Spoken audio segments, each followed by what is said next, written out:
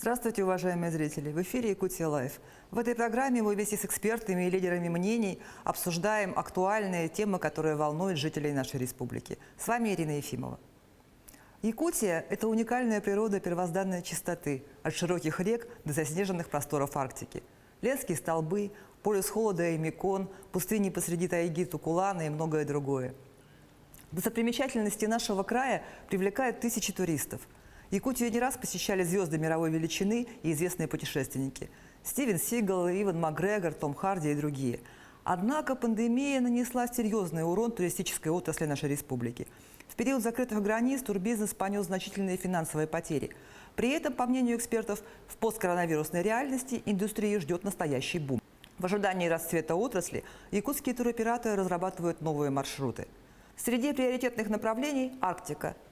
Однако пока туристская инфраструктура якутской Арктики развита недостаточно. Транспортная проблема остро стоит перед северными регионами республики. Так сможет ли якутская Арктика стать популярным туристическим направлением, или она так и останется труднодостижимой территорией, которую можно посетить, только заплатив крупную сумму? Тема нашего сегодняшнего выпуска – перспективы якутской Арктики. Популярное направление для массового туризма или край индивидуальных туров?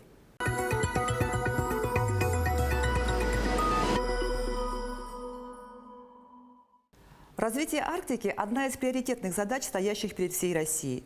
Грандиозные планы по освоению Крайнего Севера нашли свое отражение в стратегии развития Арктики до 2035 года.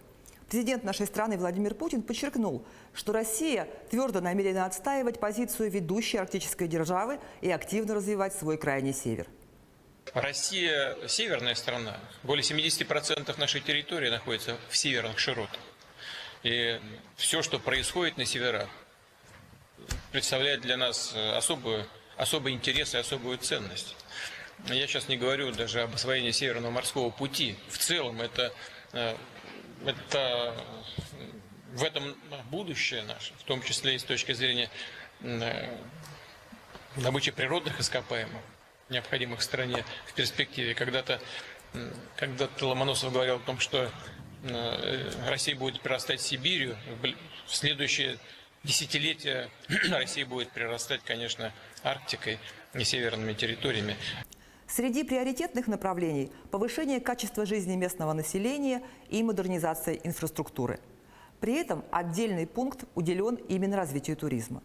Какие планы у федеральной власти по развитию туризма в российской Арктике? Что изменится для жителей якутской арктической зоны в ближайшие годы? А давайте узнаем у эксперта, участвовавшего в разработке федеральной стратегии развития Арктики. С нами на связи член Общественного совета при Министерстве Российской Федерации по развитию Дальнего Востока и Арктики Леонид Агафонов. Леонид, здравствуйте. Здравствуйте. Важный элемент развития российской Арктики – рост турпотока на Крайний Север. Что вообще привлекает путешественников в российской Арктике? Какие меры принимает власть, чтобы сделать Арктику привлекательнее для туристов? Спасибо за ваш вопрос. Действительно, год назад, еще до того, как началась вся история с пандемией, по линии министерства была произведена интересная работа. Мы замерили туристический поток в российскую Арктику. И вышли на очень даже вполне себе неплохую цифру, порядка 1 миллиона человек. Именно так оценивается туристический поток в арктические регионы Российской Федерации в 2019 году. Это неплохая цифра даже в мировом масштабе. Это примерно 10% от мирового туристического потока в арктические регионы. По нашей Арктике этот поток, конечно же, распределился неравномерно. На себя основную часть его оттянула западная часть нашей страны. Это Мурманская область, Архангельская область. Много туристов в арктических регионах, допустим, на Ямале.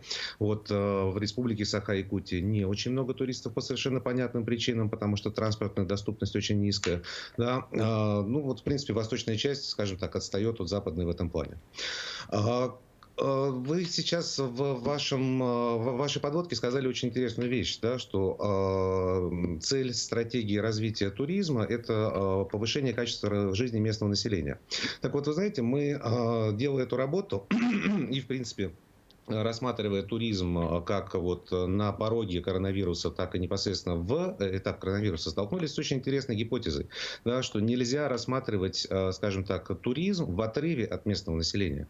Потому что в тот момент, когда у нас произошли все эти вещи, и наши люди, которые живут в наших регионах на северах, которые привыкли уезжать в отпуск на юга или куда-то еще, здесь вынуждены были остаться на месте, как раз они стали основными потребителями именно той рекреационной инфраструктуры, которая была создана и которая как бы должна была рассчитывать на приезжих. Да, приезжих нет, нашим надо как-то отдыхать, нашим нужно остаться и нужно получить удовольствие от того, чтобы остаться, да, и найти для себя какие-то новые формы досуга у себя дома. Да, и в этот момент мы обратили внимание, что в очень многих регионах туристическая инфраструктура заработала совершенно по-иному. Она заработала в интересах местного населения, турбизнес стал перекраивать свои маршруты, перекраивать свою деятельность, многодневные истории превратились в короткие программы. И вы знаете, на примере достаточно многих регионов это турбизнесу даже принесло серьезную выгоду по результатам года.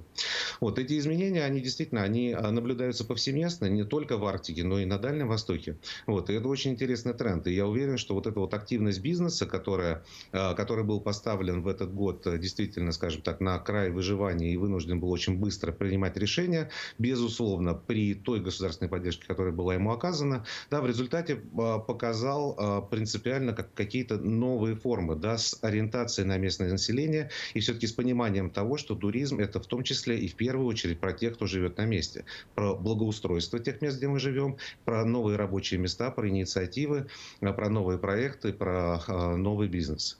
Касательно второй части вашего вопроса, что привлекает наших туристов и в принципе туристов в российской Арктике, ну вы знаете, здесь, наверное, ответ будет такой. Вот под конец года мы издали вот такой вот путеводитель, называется «Арктика», да, современный путеводитель. Вы знаете, в нем 420 страниц. И эти 420 страниц очень и очень плотно описывают все те объекты, достопримечательности, города, особо охранные природные территории, маршруты, места проживания народов, там, где можно познакомиться, собственно, с бытом коренных народов. Да, это очень плотный, на самом деле, вот 420 страниц плотного описания А сколько таких из этих направлений. 420, Леонид, а сколько из этих 420 страниц о Якутии? Вы знаете, я сейчас попробую замерить. Республика Саха-Якутия начинается на 300 сейчас. На 294 странице начинается и заканчивается на 325. Соответственно, приблизительно 30 страниц. Где-то 1/10, ну, 1/8, 1/10 от этой книги. Здесь еще просто есть небольшой блок по зарубежной Арктике, да, для того, чтобы мы могли сравнить, как, в принципе, за рубежом развивается арктический туризм. Да, ну и, конечно же, опять же, мы здесь привязываемся не, скажем так, не к территориальному распределению, а именно к распределению тех мест, куда можно добраться. Да, мы можем чуть позже более подробно поговорить именно о якутской Арктике, куда можно добраться, куда сложно добраться.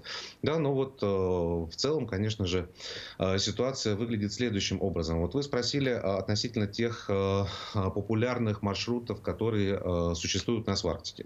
Значит, в конце прошлого года, опять же, была очень интересная работа на площадке Министерства по развитию Дальнего Востока. На сайте arctic-russia.ru были собраны туры от арктических туроператоров, от тех людей, от тех организаций, которые зарегистрированы как туристические операторы и непосредственно делают туристический продукт в Арктике из всех регионов. Собраны они там были для того, чтобы обеспечить им по линии министерства маркетинговую поддержку, то есть помочь им найти своих клиентов. Значит, эти туры появились на сайте, про который я сказал, arctic-russia.ru. И для этих же туров был создан канал в Инстаграме под названием Discover Arctic. Вы знаете, бешеный интерес был к этим направлениям, потому что когда наступила, собственно, зима, понятно, что как бы зимой у нас Европа закрыта, где-то надо кататься, допустим, на лыжах. А вы знаете, что у нас, допустим, в нашей Арктике есть горнолыжный курорт, который совершенно конкурирует с западными хорошими курортами. Этот курорт находится в Мурманской области, в районе города Кировска и города Апатиты. Эти города называются Хибины. Вполне конкурентная история. Да? И вот за зимними впечатлениями народ стал искать какие-то решения для себя, какие-то перспективы. И я могу сказать, что и по работе вот этого сервиса на портале Минвосток развития, и по Инстаграм-каналу, который за 3 месяца месяце набрал 52 тысячи подписчиков, и общий охват составил порядка 7 миллионов человек. Мы видели конкретные заявки от конкретных людей, которые направлялись и запрашивали конкретные координаты и контакты, и программы туров у местных туроператоров. Мы видели очень большой интерес. Значит, для понимания, опять же, туризм в Арктике, да, это вовсе не означает, что мы едем куда-то, где нету инфраструктуры и где мы должны, собственно, по тайге ходить в болотоходах, да, в болотниках или на снегоступах. Нет. Наша российская Арктика уникальна тем, что в мировом масштабе, да, мы настолько давно и системно там развиваемся, что у нас самые крутые города в Арктике. Да. У нас есть большие города, которые построены в тех условиях, в сложных условиях, да, и где люди могут жить и жить достаточно комфортно. Поэтому, когда мы говорим о туризме в Арктику, мы понимаем, что мы можем показать, как живут люди и как, скажем так, вот выглядят наши арктические города. Это, скажем так, объект первого интереса. Да? Наша арктическая природа – это и тундра, это и Северный Ледовитый океан и моря, это и какие-то круизные вещи, будь то яхты, будь то ледоколы, будь то что-то еще. Да? Это наблюдение за дикими животными, за теми же самыми полярными медведями и так далее. Да? Вот природная часть – это второе направление. Третье направление – это, безусловно, знакомство с культурой и бытом местных аборигенов. Это то, что вызывает колоссальный интерес. Да? Вот, допустим, Ненецкий автономный округ предлагает очень короткие программы поездки к оленеводам. Да? Из Москвы вылетаете, буквально 2 суток, выходные проводите в гостях у оленеводов, после этого возвращаетесь назад. Колоссальный интерес, потому что вот этот вот быт, да, возможность переключиться, возможность отключиться от интернета и оказаться в совершенно иной среде, посмотреть, как живут люди. Причем люди-то живут, на самом деле, очень интересно. Да, то есть это совершенно другие какие-то правила, да, вот другой подход, другой быт, мудрость, опять же, этих людей. Это то, что действительно цепляет, заражает и за этим готовы ехать. Поэтому я бы здесь различал бы, скажем так, арктический туризм как экстрим и туризм в арктические регионы Российской Федерации как абсолютно комфортные и понятные направления для путешествия. Да, мы приезжаем, нас ждет теплая гостиница, нас ждет нормальный автобус, да, мы ездим по асфальтированным дорогам, это все у нас возможно. Да, не везде, да, не по всей стране, но это у нас возможно. И это то, что как раз привлекает людей, скажем так, познакомиться в Арктике, и дальше мы понимаем, что, познакомившись однажды, скажем так, расстаться с этим ощущением будет очень тяжело. Спасибо большое, Леонид, за обстоятельные ответы. Спасибо. Спасибо. Появление новых кемпингов, турбаз, отелей, налоговые льготы, субсидии на перелеты – все это ждет арктические регионы в рамках реализации федеральной стратегии. Однако отношение к Арктике особое не только на федеральном, но и на региональном уровне.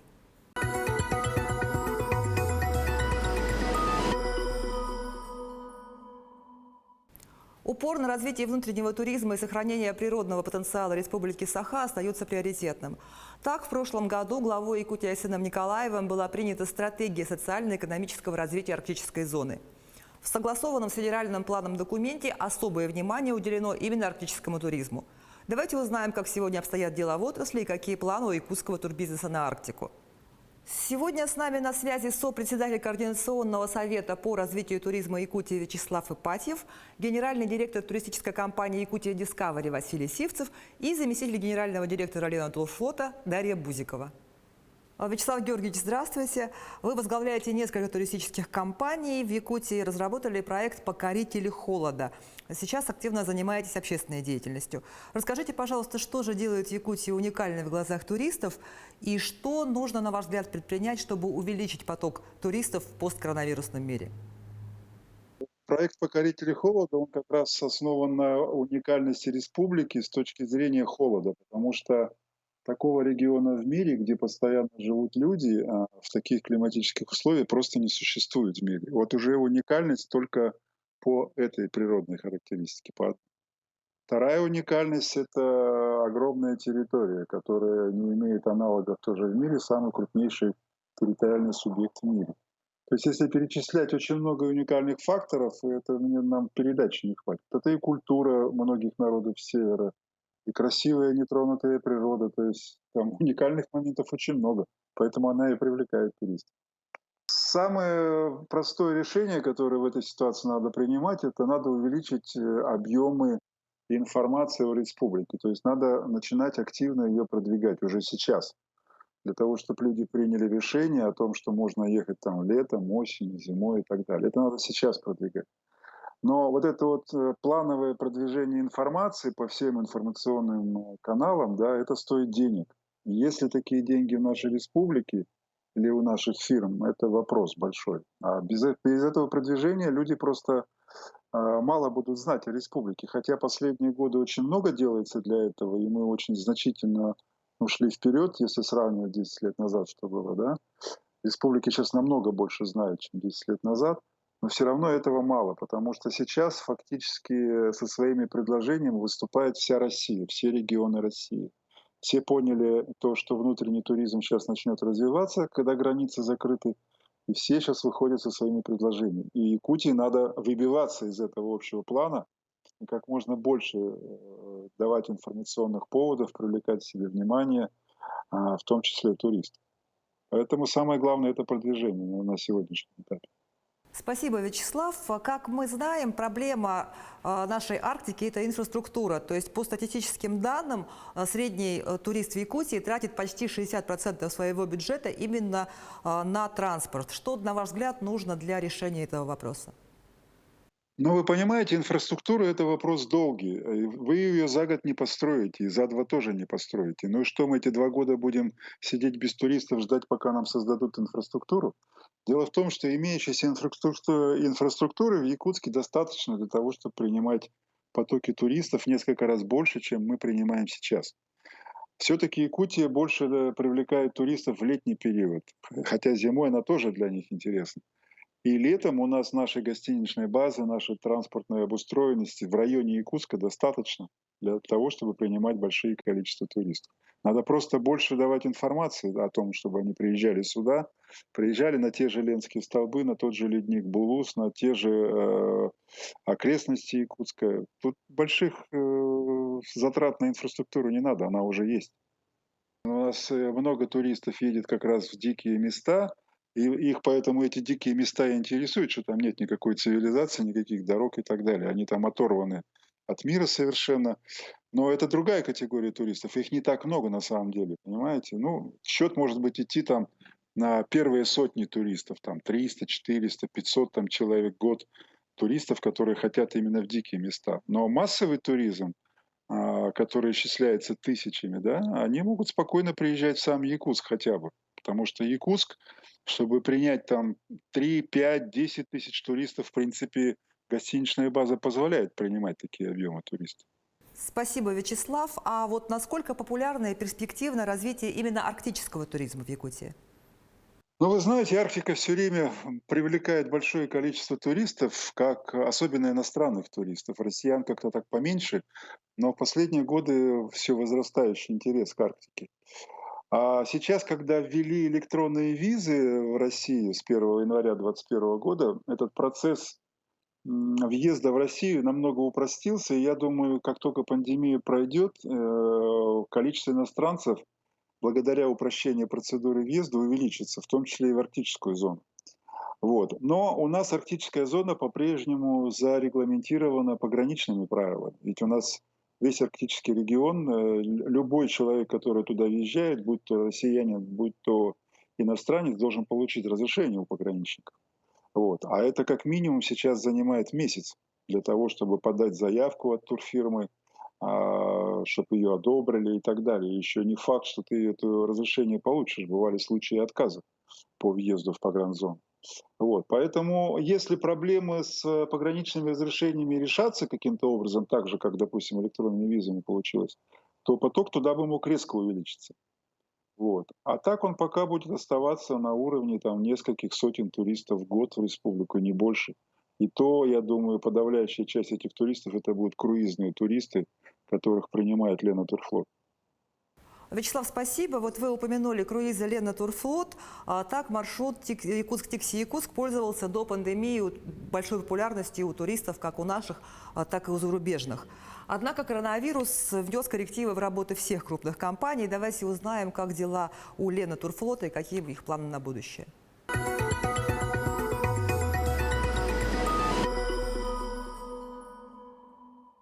С нами на связи заместитель генерального директора Лена Турфлота Дарья Бузикова. Дарья, здравствуйте. Здравствуйте. Расскажите, пожалуйста, как повлияла пандемия на деятельность вашей компании? Удалось ли организовать круизы летом 2020 года и какие планы на 2021? Компания «Лена Турфлот» организует пассажирские и туристические перевозки по реке Лени. Поскольку долгое время прошлым летом их не разрешали, естественно, деятельность компании была парализована. Мы готовились к навигации, ждали ее. Подготовительная работа у нас, как правило, начинается с осени. Это заключение договоров, бронирование мест, подготовка счетов на предоплату для подготовки к навигации. Никто тогда и подумать не мог, что будет пандемия. Даже когда появились первые новости о ней, все равно мы не думали, что что-то может помешать нашей работе. Однако границы закрыты оказались, наши обязательства перед иностранными партнерами не были выполнены. Перед российскими партнерами они были выполнены частично. Если говорить о круизах именно до Тикси, было запланировано 4 рейса. Из них выполнено только 2. То есть из 400 предполагаемых туристов было перевезено только 150. Наши иностранные партнеры и мы искренне надеемся, что сможем возобновить сотрудничество. Конечно, о сроках говорить еще рано. Сейчас деятельность ведется только по заключению договоров с российскими партнерами, с туристами из России. Мы планируем участие в выставке туристической международной в Москве в марте этого года. Если границы не будут открыты, в любом случае мы постараемся выполнить хотя бы 3 рейса до Тикси. Ну, надеюсь, что иностранные партнеры ваши все-таки с пониманием отнеслись к тому, что обязательства не были выполнены, потому что это как бы общая для всех была ситуация. Да, с пониманием были перенесены рейсы на следующий год, на этот. Но если уж не получится, то на 22-й.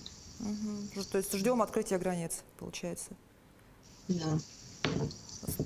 Спасибо. Вообще проблема, с которой сталкиваются все туристические компании в Арктике, это транспортная доступность. Вот, может быть, будущее туризма в Якутской Арктике – это как раз именно речные круизы, которые не требуют развитой дорожной сети? Вообще, помимо Лена Турфлот, туры в Арктику осуществляются несколькими, я знаю, компаниями, да, Якутии. Организация круиза – дело непростое. Мы сталкиваемся с рядом проблем. Если мы ставим задачу развития туризма в Арктике, то решение этих проблем должно быть общим каким-то делом. Каждый, кто участвует в процессе создания круизов, каждый наш партнер, люди, которые организуют программу на стоянках, должны быть заинтересованы в улучшении сервиса, улучшении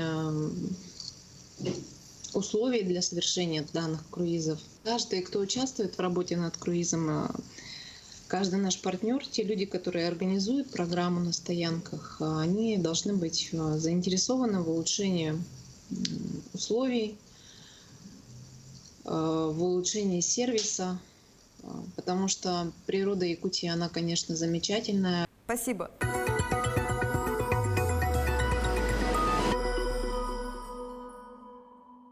Развитие невозможно без взаимодействия людей из разных стран и регионов.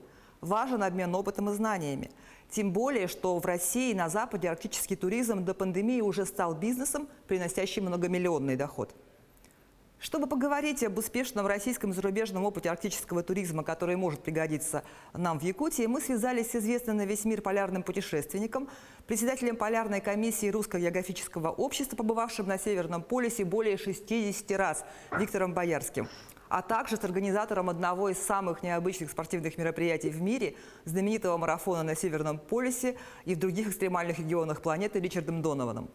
Здравствуйте. Да, здравствуйте. Алло. Виктор Ильич, ваша любовь к Арктике хорошо известна. Вы полярник со стажем. И кто, как не вы, знает этот регион и его особенности. Расскажите, пожалуйста, чем арктический туризм интересен обычному туристу среднестатистическому, а не только ученому или исследователю? Если говорить честно, то среднестатистическому туристу это неинтересно, поскольку стоимость тура, она запредельная. Это исключительно рассчитано на не среднестатистических, а тех людей, которые, в общем-то, способны и желают, в общем-то, заплатить немаленькую сумму для того, чтобы побывать на Северном полюсе. К сожалению, просто принципиально невозможно сделать эту экспедицию дешевой. С точки зрения обеспечения безопасности мы должны строить и строим вблизи Северного полюса взлетно-посадочную полосу, лагерь со всеми, сказать, атрибутами безопасного проживания. А это очень дорогостоящая операция. Поэтому как ни старайся, но сделать цену приемлемой для среднестатистического туриста не удастся. Исключительно поэтому этот вид туризма, я имею в виду экстремальный туризм на Северном полюсе, массовым быть не может. Что касается арктического туризма вообще, в принципе, то вообще, с моей точки зрения, наиболее перспективным направлением остается круизный туризм. Он более доступен. Это посещение архипелагов на судах с высадкой на берег. Это архипелаги, прежде всего, земля Франца Иосифа, Северная земля, Новая земля, остров Врангеля. Это существует уже более 30 лет, успешно развивается. Кроме того, есть совершенно такой относительно доступный бюджетный туризм. Это не связано с выездом на архипелаге или в Арктику, это на побережье, это такие места, как, скажем, тоже сам Мурманск, Архангельск, Марс, Салехард. Якутск, кстати, вот мы недавно встречались с замечательным человеком из Якутии, Вячеславом Ипатьевым, который сейчас продвигает такой проект, называется «Покорители холода». Вот, это предполагает участие людей, которые хотят поставить рекорд по минимальной температуре. А вот он как раз у нас был до вас спикером. Да. Вот. Мы с ним вчера встречались буквально в Питере, вот, и договорились о сотрудничестве. Так что вот перспективы арктического туризма, если говорить и понимать арктический туризм как то, что происходит глубоко за полярным кругом, то вот они ограничены, к сожалению, вот этими вот такими критериями, как цена. Вот, как вообще вам удалось коммерциализировать это направление и привлечь туристов в Арктику? Вот я знаю, что у вас есть компания Викар, которая в том числе специализируется на турах в Арктику. Вы знаете, да, мы уже в 90-е, так будем говорить, плотно занимаемся этим организацией. Но мы начинали как компания, которая не занимается не организацией туризма, а организацией научных киносъемочных экспедиций в Арктику. Это с 91 по 2000 год и так далее. Вот. Это такие проекты, которые, собственно, иногда предполагают и бюджетное финансирование со стороны компаний, которые хотят снимать фильмы, или научных учреждений, которые хотят заниматься наукой. А потом, в общем-то, возникла идея все-таки попытаться сделать эти туры в таком формате экстремального туризма. И первый наш опыт удачный по достижению Северного полюса на вертолетах был в 92 году. Мы отвезли туда 12 человек, все французы, были представители Франции.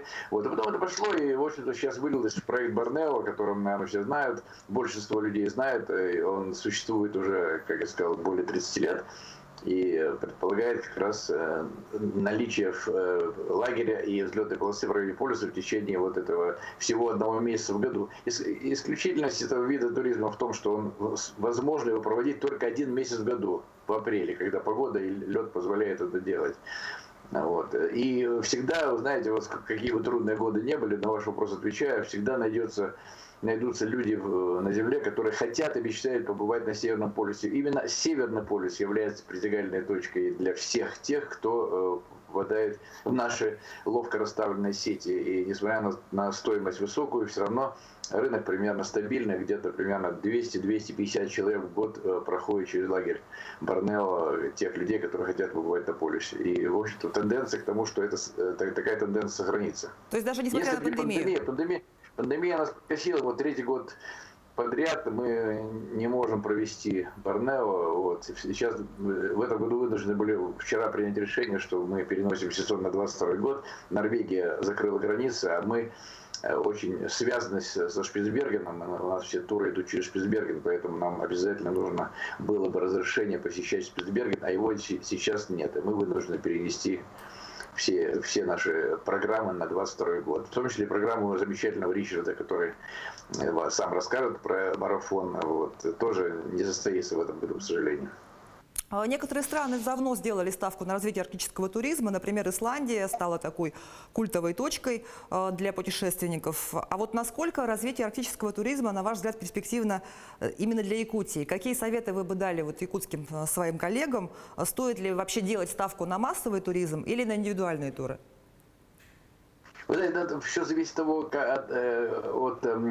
района. Вот массовый туризм, я думаю, что он привлечет, и я не исключаю возможности, вернее, даже считаю, что это правильно было бы сосредоточиться не только на зимних видах у вас в Якутии, а также и на летних видах, потому что Якутия – это такая замечательная страна, и, к сожалению, малопознанная, малоизвестная, и туры, скажем, те же самые, связанные с рыбалкой или с посещением каких-то заповедных мест, были бы востребованы, причем стоимость их не должна быть такой высокой, тогда и транспортная доступность. В основном главная составляющая цены – это логистика, это как доехать, добраться до той точки, которая привлекает. Поэтому вот в этом направлении надо как бы сейчас смотреть те районы, которые чисто природных, сказать, особенностей могут привлечь людей. Вот программа, скажем, этого покорителя холода, она замечательная, интересная, но она предполагает тоже достаточно долгое пребывание в предельных температурах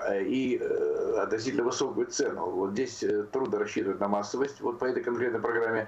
И замечательно есть, мне кажется, направление такое перспективное в Якутии, это вот плейстоценовый парк. Мы знакомы довольно хорошо с основателями этого замечательного проекта, с семьей Зимовых. И я думаю, что вот эта программа, она вызовет интерес, и она относительно, может быть, бюджетная, в общем-то, и легко достижимая. В этой цепочке в Якутии, конечно, с учетом специфики транспортных связей, то Якутск становится таким центром, откуда будет любая экспедиция в Якутию отправляться, то ли они на север, на Колыму, то ли где-нибудь в непосредственной близости от Якутска. Там же очень у вас мощное есть направление по Мамонту, по Вечной Мерзлоте. Вот это очень, мне кажется, перспективное направление именно арктического туризма в понимании, что это арктическая зона. Зона Вечной Мерзлоты, не обязательно там нужно это делать во время самых сильных холодов. Можно, в принципе, делать и когда умеренная погода, и все равно это прекрасно. И считаться может арктическим туризмом легко. Спасибо. Арктика, холод, нетронутая природа привлекают не только туристов, но и профессиональных спортсменов. Много лет подряд на ледовой станции Борнео проходит North Pole Marathon. Бегуны со всего мира преодолевают положенные 42,2 километра. Ричард, здравствуйте. Расскажите, пожалуйста, почему вы решили проводить марафон именно на Северном полюсе? Арктика привлекает туристов? Первый марафон на Северном полюсе случился в 2002 году. Тогда никто в мире не делал ничего подобного, и я решил для себя, что поеду и пробегу. В апреле 2002 года прибыл на Северный полюс вместе с российской командой, которая строила там лагерь, и побежал один свой собственный марафон по GPS-навигатору. Это был потрясающий опыт для меня. Изначально я хотел лишь пробежать дистанцию, а не устраивать международную гонку. Такая идея мне никогда не приходила в голову. Но в тот момент я понял, что это невероятное место и незабываемые впечатления. Представьте, ты просто стоишь на самом Северном полюсе, видишь, как строят лагерь исследователи, живешь там, наблюдаешь за происходящим вокруг. Те дни по-настоящему вскружили мне голову и поразили мое воображение. Тогда-то я и подумал, что и другие люди обязательно захотят это сделать, а не только один американец на Северном полюсе. Хотя я и понимал, какая это сложная задача. Я подумал, что сам этот опыт и сама идея марафона сможет в итоге создать интересную туристическую деятельность. Такой марафон заставит вас заработать ваше место на Северном полюсе. И также вы сможете сделать много различных вещей и работы во время отправления или в самом лагере. В общем, я решил тогда создать эту гонку. Придумал сайт и стал рекламировать самый холодный марафон на планете. И люди стали участвовать в нем. Это моментально привлекло внимание СМИ. А остальное уже история. Сейчас это событие в международном календаре с другими марафонами. И каждый год оно освещается в новостях по всему миру. Ричард, вы сказали, что слышали о Якутии, о полюсе холода. Как вы думаете, смогла бы Якутия стать местом проведения международного марафона? Да, конечно. Думаю, это было бы отличное место. Ведь Якутия — уникальный регион с полюсом холода и особенной атмосферой. Знаете, такие места, как Сибирь, захватывают воображение людей с Запада. Это почти что-то мистическое для них. Я думал, что туристы с радостью захотят там побывать. И те, кто побывал и любит Северный полюс, захотят испытать настоящую Сибирь и любые другие поездки, которые могут быть организованы. Подобное сразу привлекает людей. Мне кажется, Якутия может стать очень популярным местом, особенно в наше время. Сейчас люди из-за ситуации с пандемией смотрят в будущее и думают о тех точках на карте, где они ни разу не бывали. И как только все поездки возобновятся в 2022-2023 годах, они не станут откладывать эти мысли. Они захотят исследовать подобные регионы, а опыт, полученный в Сибири, может стать незабываемым.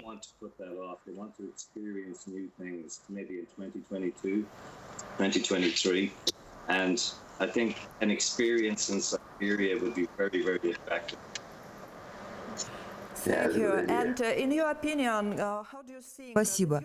А как все-таки вы считаете, будущее арктического туризма — это индивидуальные или все-таки массовые туры?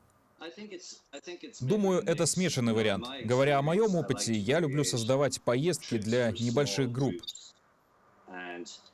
Ну, например, если у вас проходит международный марафон на севере, в частности в Якутии,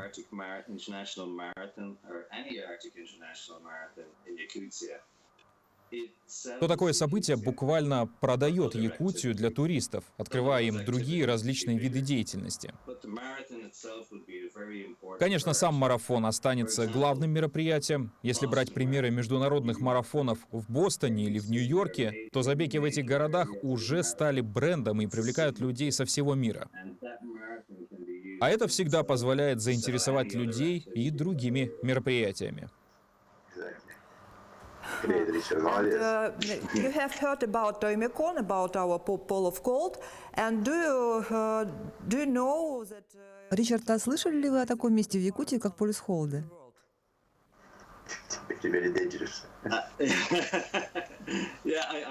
Да, я слышал об этом раньше. Какая там температура? Что-то в районе минус 60, минус 70. Очень холодно. А хотели бы вы принять участие в марафоне в самом холодном месте на планете? Да, я бы с радостью принял участие. Да и многие, думаю, тоже.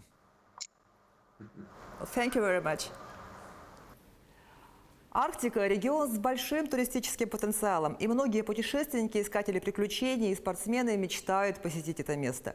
Спектр возможностей для организаторов поездок многообразен. Это индивидуальные групповые туры, массовые спортивные мероприятия, экстремальный и экологический туризм. У Якутии есть возможность разработать свою уникальную концепцию развития арктического туризма.